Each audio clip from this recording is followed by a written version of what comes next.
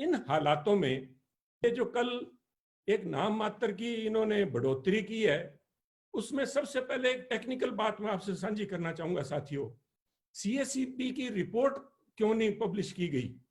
जिस रिपोर्ट के आधार पे, जिसको बेसिस मान के केंद्र सरकार ने ये 2.9% या 3.5% ये जो मामूली बढ़ोतरी की है, और जिसे जावड़ेकर साहब एक ऐतिहासिक बढ़ोतरी बता रहे हैं और 50 से लेकर 80% तक की बढ़ोतरी बता रहे हैं, वो सीएसईपी का डॉक्यूमेंट कहाँ पे है? कि ऊंट के मुंह में जीरे के बराबर भी नहीं है जो इन्होंने करने का प्रयास किया है।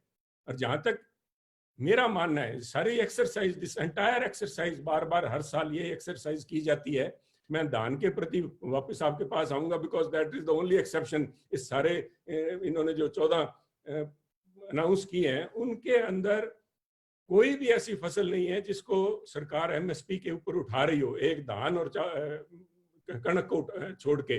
पैडी की पिछले साल जो प्रोडक्शन थी 117.47 मिलियन टन प्रोडक्शन थी, और सरकार की जो परचेज थी एमएसपी के ऊपर, दैट वाज 426 लाख टन।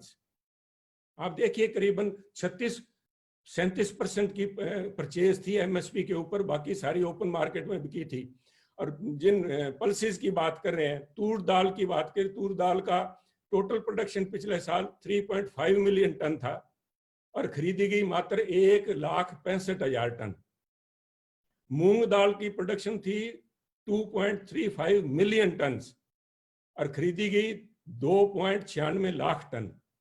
उड़द की प्रोडक्शन थी 3.26 मिलियन टन, खरीदी गई 4.26 लाख टन।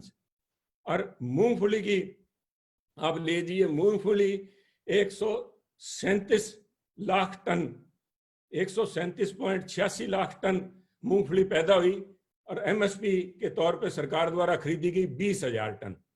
ये एमएसपी अनाउंस करना मैं आपके सामने इसलिए रख रहा हूं, बेसिकली डिक्लेरेशन ऑफ इंटेंट कि हम किसान को ये कीमत देना चाहते हैं।